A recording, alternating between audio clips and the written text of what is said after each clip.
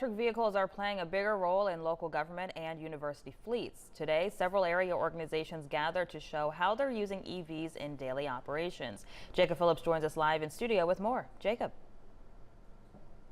Yeah, Aaron, today's EV showcase brought together Charlottesville, Albemarle County, and UVA to highlight how electric vehicles are already being used in a variety of ways, from public works to campus operations, and how they're planning for the future as demand grows.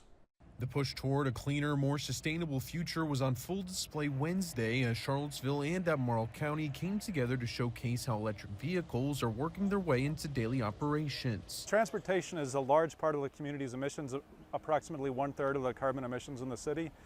And then in the county, a slightly higher proportion as well. So tackling transportation is a really large challenge for both the city and the county. There were experts from both the city and county showcasing the latest additions to each respective fleet. So we've got trucks, buses, vans, all sort of work vehicles available, as well as passenger vehicles here. We're just trying to help community members and city and county staff understand how EVs can go ahead and fit into their operational needs. There were also experts from UVA sharing how the university is incorporating EVs into its everyday fold, including its new fully electric mini transit bus. We're starting to roll this out on the university to do service for fixed route service. It's an ideal vehicle when you don't have as much ridership demand, so we're using this in the summertime. Officials say events like Wednesday's EV Fleet Showcase not only help share best practices, but also encourage more departments and organizations to consider going electric as technology continues to evolve. We have our climate goals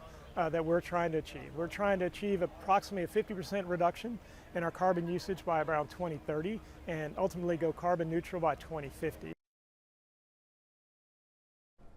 The showcase wrapped up earlier this afternoon, but officials say they hope to continue growing these electric vehicle fleets and collaborating across local governments to meet shared climate goals. Live in studio, Jacob Phillips, 29 News at 5.